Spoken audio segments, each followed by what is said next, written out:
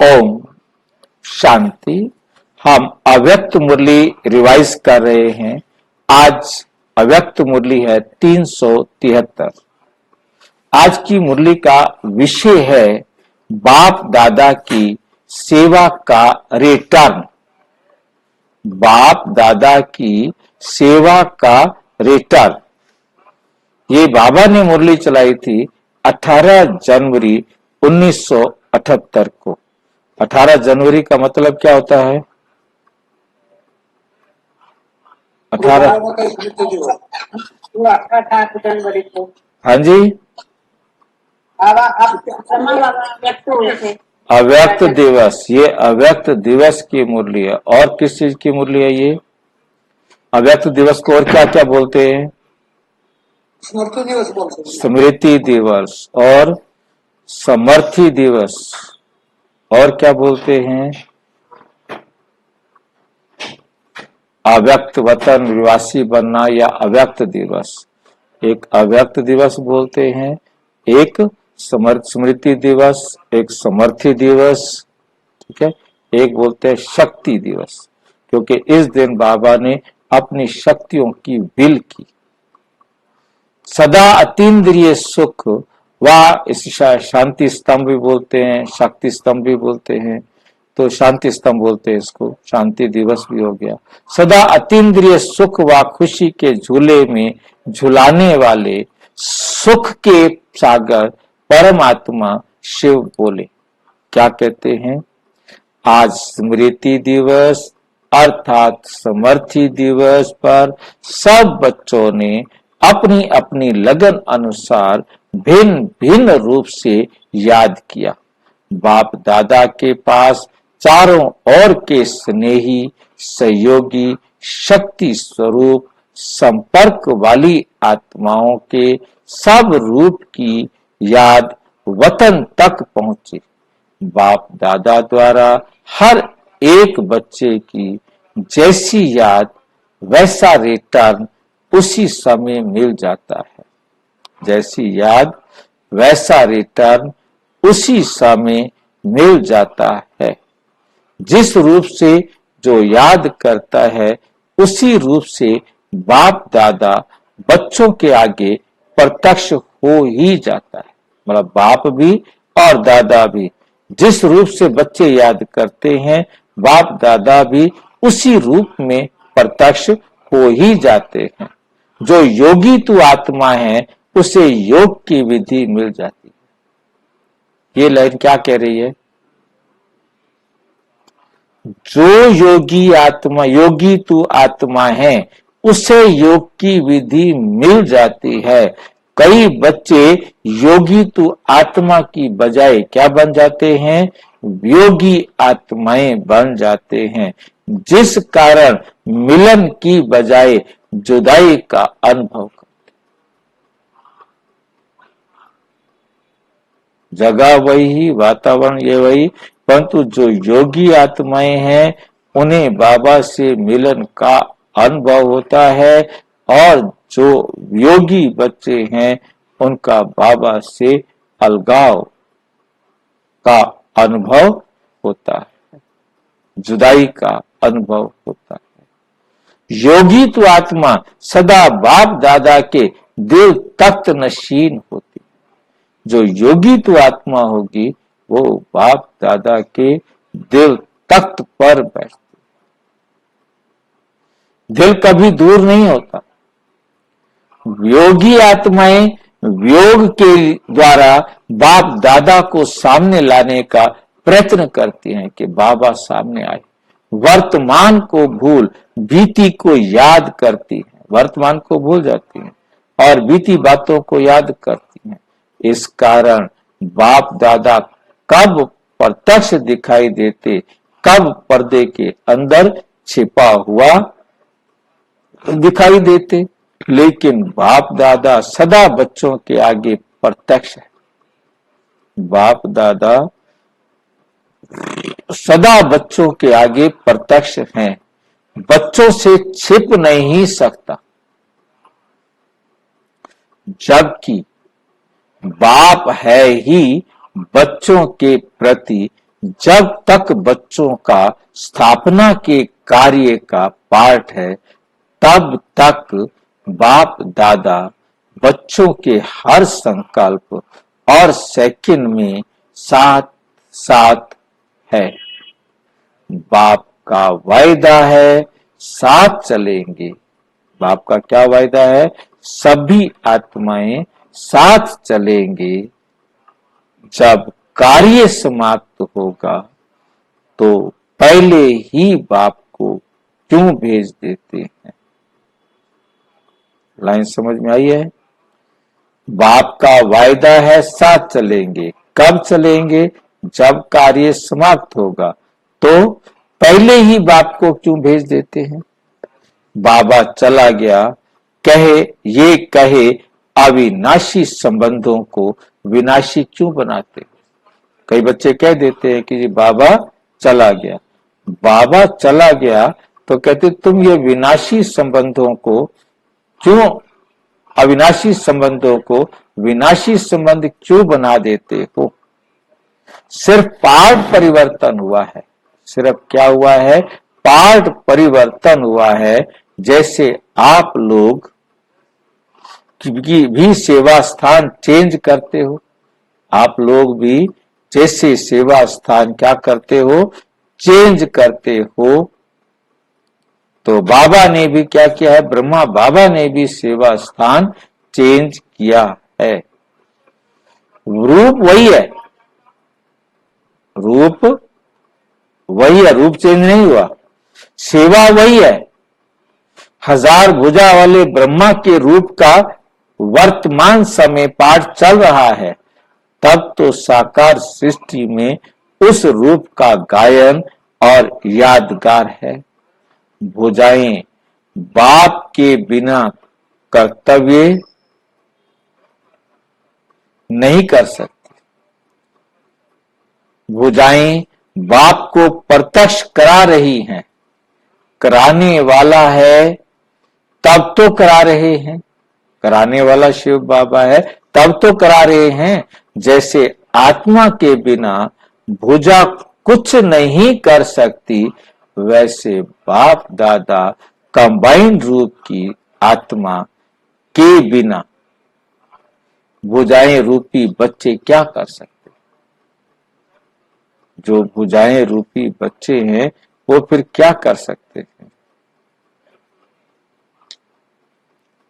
हर कर्तव्य में अंत तक पहले कार्य का हिस्सा ब्रह्मा का ही तो है। पहले तो ब्राह्मण ही आएंगे ना। ब्रह्मा अर्थात आदि देव आदि देवी। आदि देव अर्थात शुभ कार्य में देरी नहीं हो। हर कार्य में पहले बाप का सहयोग है। अनुभव भी करते हो और वर्णन भी करते हो, अनुभव भी करते हो और वर्णन भी करते हो, फिर भी कब कब भूल जाते हो। कभी कभी, कब कब का मतलब कभी कभी भूल जाते हो। प्रेम के सागर में, प्रेम की लहरों में क्या बन जाते हो? लहरों से खेलना है, ना कि लहरों के वशीभूत हो चलना है। गुणगान करो लेकिन घायल नहीं बनो। क्या अंतर है? गुणगान करो, घायल नहीं बनो। क्या मतलब होता है ये? क्या बताता है बाबा भाई? क्या कह रहा है बाबा? गुणगान करो लेकिन घायल नहीं बनो।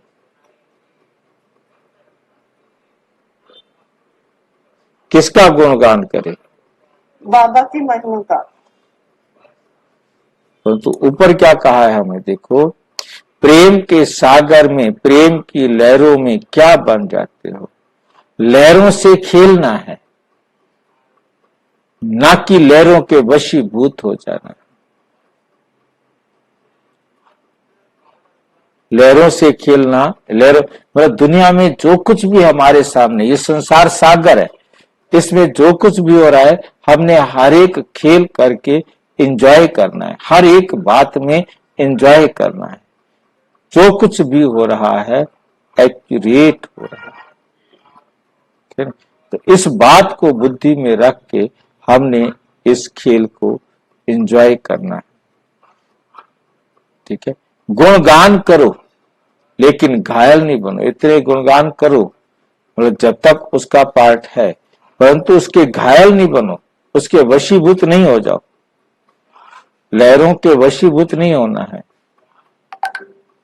तो ये बात हमें बहुत ध्यान से समझनी है। गुणगान करो लेकिन घायल नहीं बनो। बाप देख रहे हैं कि बच्चे मेरे साथी हैं और बच्चे जुदाई का पर्दा डाल देखते रहते। बच्चे क्या करते हैं?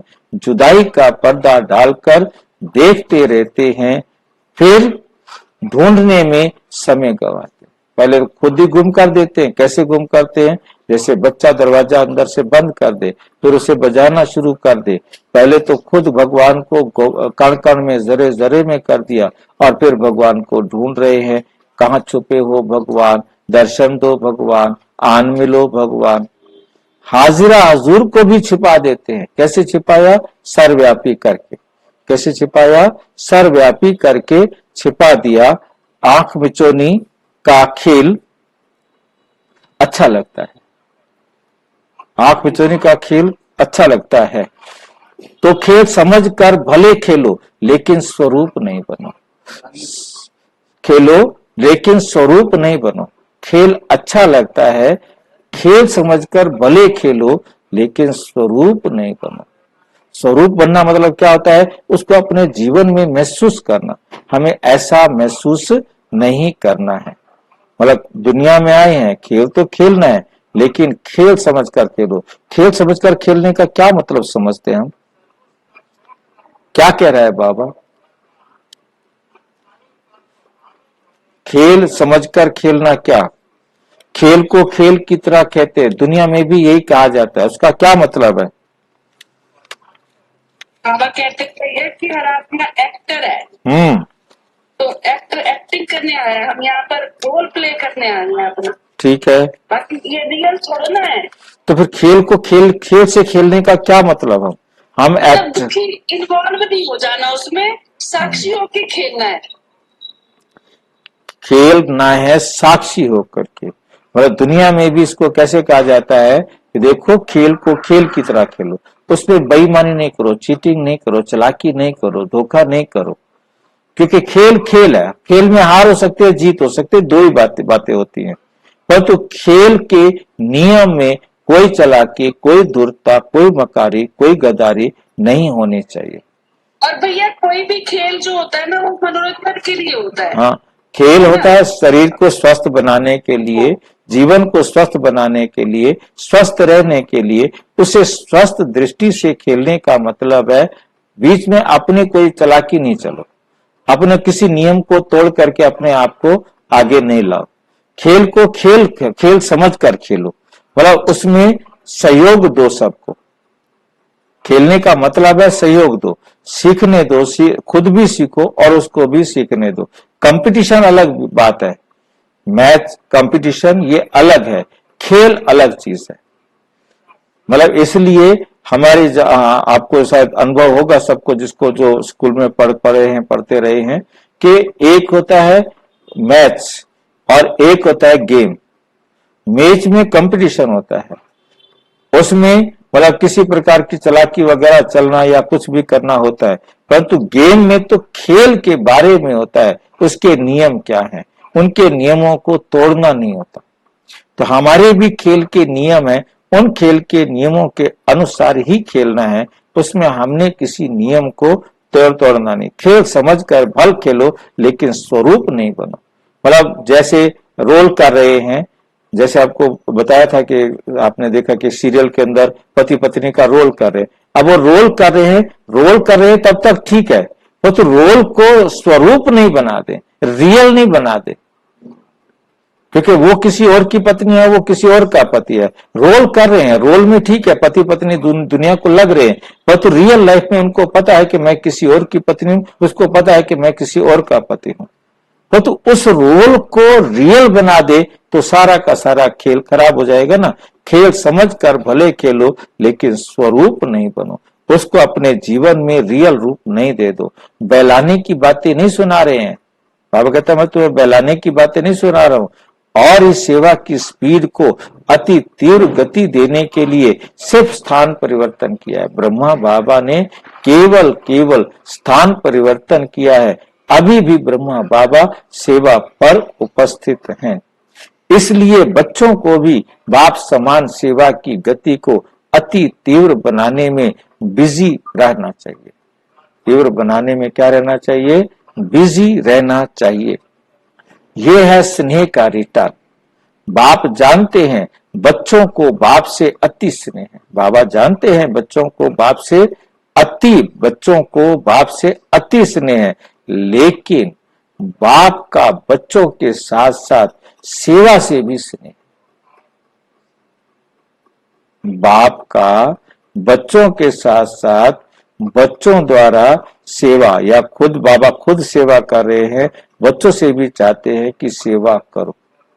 बच्चों के साथ साथ सेवा से भी स्नेह है। बाप के स्नेह का प्रत्यक्ष स्वरूप सेवा से स्नेह है।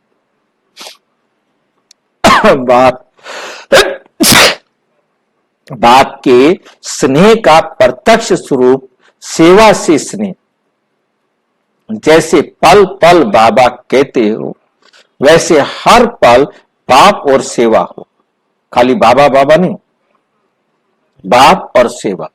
मतलब बाबा तो याद हो ही हो, बाबा की श्रीमत पर तो हमने चलना ही चलना है, पर तो सेवा भी हो, तभी सेवा का कार्य समाप्त होगा और साथ चलेंगे। अब बाप दादा हर एक बच्चे को माइट हाउस के रूप में देखते हैं। माइक पावरफुल हो गए हैं, लेकिन लाइट माइट और माइक, लाइट माइट और माइक, तीनों ही पावरफुल साथ साथ चाहिए। मतलब लाइट माइट पावरफुल तो है ही, लाइट माइट हाउस बन गए, बच्चे क्या बन गए हैं? Light house might house. Light house बनना मतलब ज्ञान स्वरूप बनना, हल्के हो गए हैं, लाइट सितारा बन गए हैं, आत्मा बन गए, आत्म स्मृति में रहने वाले बन गए। अब माइट का मतलब क्या है? योगी, धारणा मूर्त बन गए। अब तुम लाइट भी बन गए हो, गुणों को धारण करके शक्तिशाली भी बन गए हो, तो अब उसके बाद इतने बन गए तो इतने से चुप नहीं हो गया, अब तीसरा शब्द एक और जोड़ दिया, क्या बनो? अब माइक बनो। ये क्या बला होती है भाई? माइक क्या बला होता है? माइक क्या बने हम? लाइट माइट तो चलो हिसाब लग गया कि हम आत्मा लाइट अवस्था में आ गए, हल्के हो गए। अब ये ज्ञान सुनाए। अच्छा, माइक का मतलब ज्ञान सुनाना होता है, शंख बजाना। शंख माइक बनना माना शंख बजाना, सबको बाबा का ज्ञान सुनाना है। तीनों ही पावरफुल, वो भी पावरफुल, हल्के फुल्के नहीं हो, और तीनों पावरफुल हो और साथ साथ चाहिए। ये नहीं कि लाइट है तो माइक नहीं, माइक है तो पावरफुल नहीं, माइक नहीं, पर तीनों साथ साथ चाहिए। आवाज में आना सहज लगता है ना?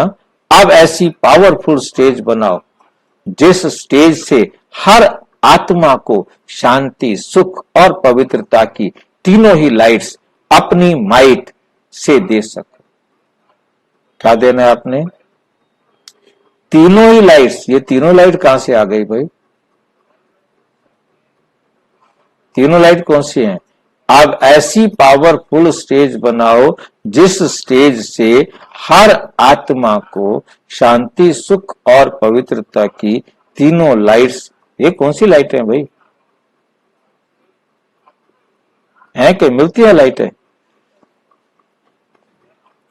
तीन लाइट्स कौन सी दी हैं भाई बाबा ने?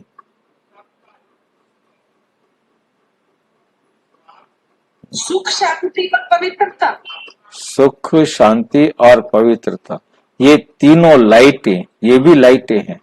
ये जो गुण हैं, ये भी सातों गुण 7 प्रकार के रंग, 7 प्रकार की लाइट से बनता है, जो हमारी टोटल लाइट है। तो उनमें से 3 रंग है। शांति का रंग कौन सा है? नीला। पवित्रता का रंग कौन सा है? सफेद। सुख का रंग कौन सा है? हरा। ठीक है, ये 3 लाइट्स अपनी माइट से दे सको। जैसे साकारी सृष्टि में जिस रंग की लाइट जलाते हो तो चारों ओर वही वातावरण हो जाता है ना। अगर हरी हरी लाइट होती है तो चारों ओर वही प्रकाश छा जाता है। एक स्थान पर होते हुए भी एक लाइट वातावरण को बदल देती है। जैसे आप लोग भी जब लाल लाइट करते हो तो ऑटोमेटिकली याद का वायुमंडल बन जाता है। ऐसे जब स्थूल लाइट वायुमंडल को परिवर्तन कर लेती है तो आप कौन हो? आप कौन हो भाई? आप सारे कौन हो? आत्मा। और कौन हो? लाइट। और इसके साथ और कुछ जोड़ो। लाल सब।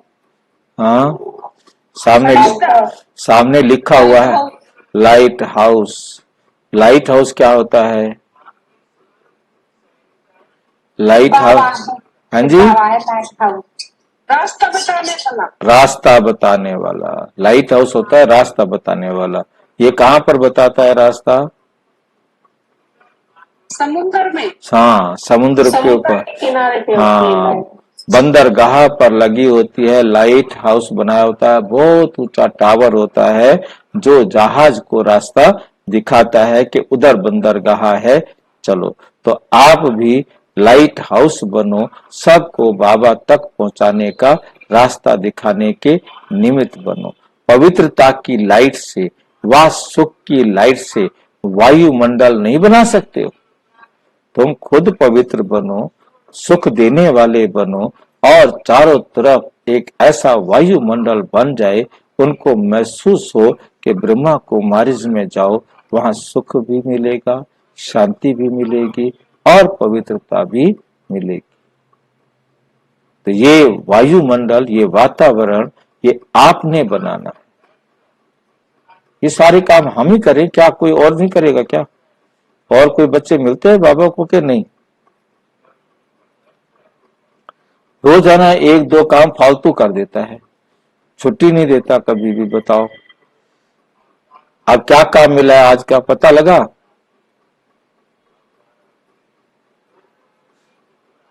पता ही नहीं लगा तो हम करेंगे क्या फिर? क्या काम मिला है अभी? बाबा ने क्या काम दिया है?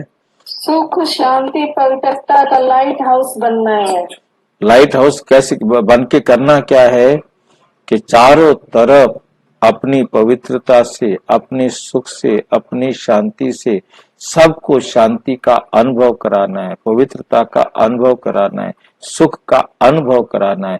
उनको लगे कि ये ब्रह्मा कुमारियों के पास सुख, शांति, पवित्रता मिल सकती है। इतना काम करना है, वो हमने करना है। स्थूल लाल लाइट आंखों से देखते हैं, रूहानी लाइट अनुभव से जानेंगे। वर्तमान समय इस रूहानी लाइट्स द्वारा वायुमंडल परिवर्तन करने की सेवा है। सुना? अब सेवा का क्या रूप होना है? दोनों सेवा अब साथ साथ हो। नंबर 1 माइक की और माइक की और माइक की, और आवाज की भी सेवा करो और माइट और अपनी शक्तियों की भी सेवा, शक्ति से भी सेवा करो, तब सहज सफलता मुहूर्त बन जाएंगे। पार्टियों के साथ बातचीत। बेहद बाप को भी हद के नंबर लगाने पड़ते, बेहद के बाप को हद के नंबर लगाने पड़ते हैं, नहीं तो बाप और बच्चों का मिलना दिन रात क्या है? बाप और बच्चों का मिलना दिन रात क्या है? आपकी दुनिया में ये सब बातें हैं, वहां तो सब बाप के समीप है। बिंदु क्या जगह लेगी? बताओ, बिंदु को कितनी जगह चाहिए? यहाँ तो शरीर को जगह चाहिए, वहां समीप हो ही जाएंगे। फिर से देखिए इस बात को, बेहद बाप को भी हद के नंबर लगाने पड़ते हैं, नहीं तो बाप और बच्चों का मिलना दिन रात क्या है। आपकी दुनिया में ये सब बातें हैं, वहां तो सब बाप के समीप है, परम धाम में तो सब बाप के समीप है। बिंदु क्या जगह लेगा, बिंदु को कितनी जगह चाहिए। यहाँ तो शरीर को जगह चाहिए, वहां समीप हो ही जाएंगे। यहाँ हर एक आत्मा समझती है हम बाबा के पास जाए। जितना जो बाप के गुणों में स्थिति में समीप, उतना वह स्थान भी समीप। जितना यहाँ अपनी अवस्था बाप समान बनाएंगे तो परम धाम में भी आपकी सीट बाबा के नजदीक होगी। वहां समीप भी समीप, चाहे घर में चाहे राज्य में, स्थिति समीप चाहे राज्य में, स्थिति स्थान के समीप लाती है। मतलब आपकी जो अवस्था है, आपकी जो स्थिति है, वो स्थान के समीप लाती है।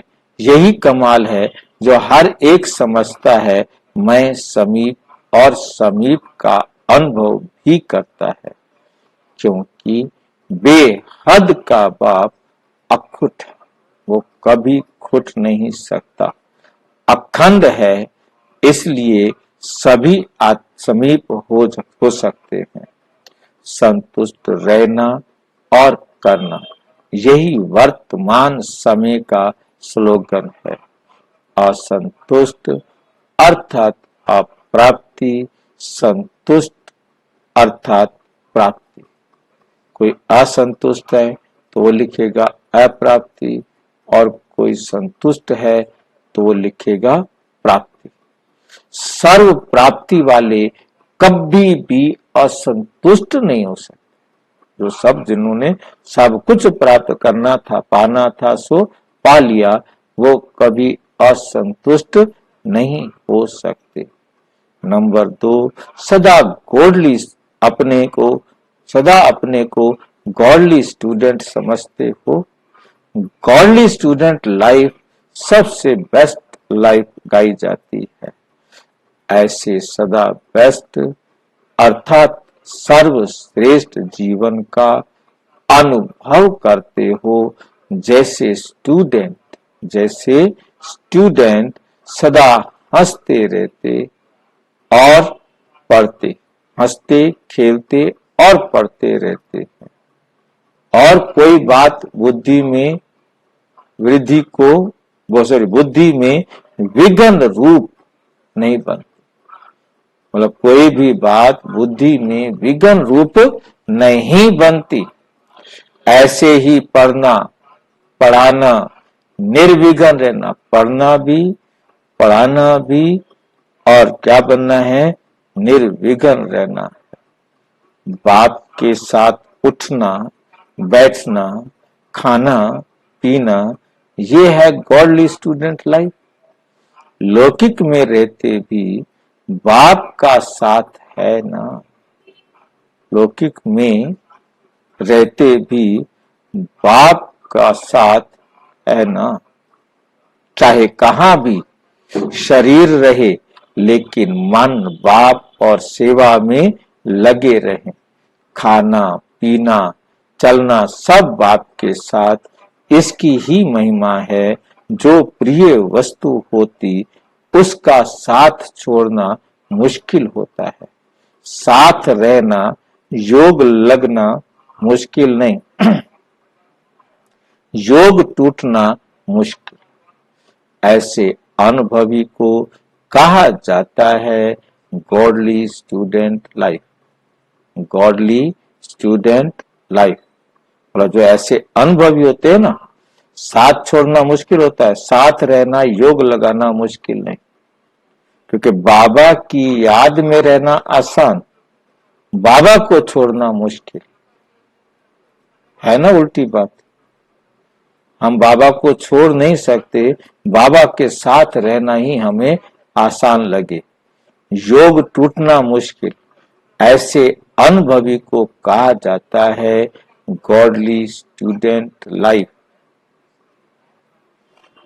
जिसको छोड़ना मुश्किल है, तोड़ना मुश्किल है, लेकिन साथ रहना मुश्किल नहीं।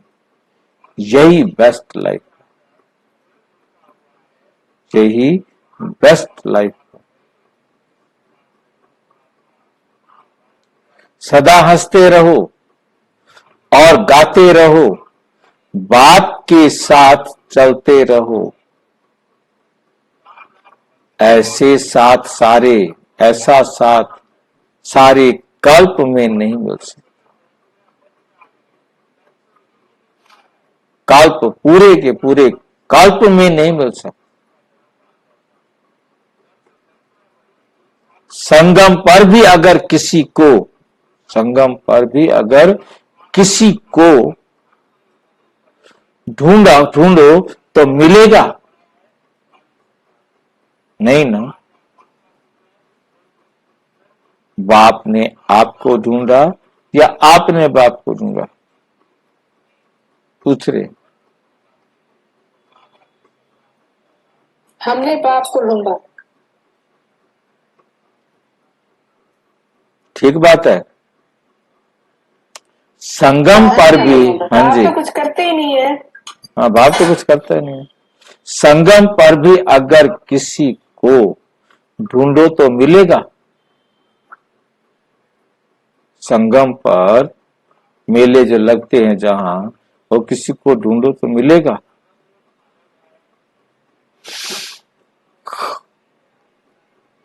नहीं मिलेगा। बाबा ने साथ कहा नहीं ना। बाप ने आपको ढूंढा या आपने? ढूंढते तो आप भी थे, रास्ता रॉन्ग लिया हुआ था। ढूंढना तो था बाप को, ढूंढा भाइयों को, इसलिए ढूंढ नहीं सके। स्वयं के पुरुषार्थ में और सेवा में सदा वृद्धि होती रहे, उसका सहज साधन कौन सा है? वृद्धि का सहज साधन है, श्रेष्ठ साधन, वृद्धि का सहज साधन, अमृत वेले का साधन। कैसा है? साधन है। और इसको कैसे यूज करना है? अमृत वेले से लेकर विधि पूर्वक चलना तो जीवन वृद्धि को पाएगा। कोई भी कार्य सफल तब होता है जब हम विधि से करते हैं। ब्राह्मण अर्थात विधि पूर्वक जीवन। अगर किसी भी बात में स्वयं के पुरुषार्थ व सेवा में वृद्धि नहीं होती तो जरूर कोई की कमी है।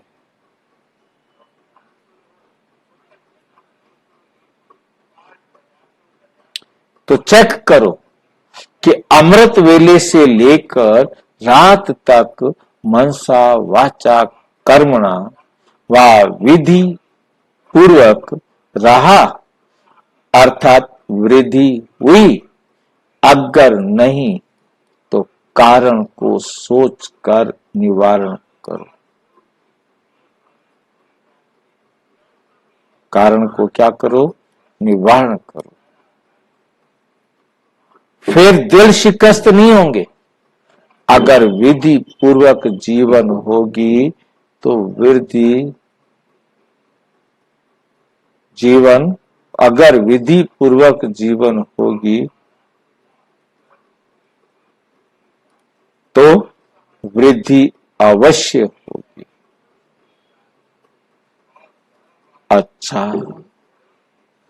ओम शांति।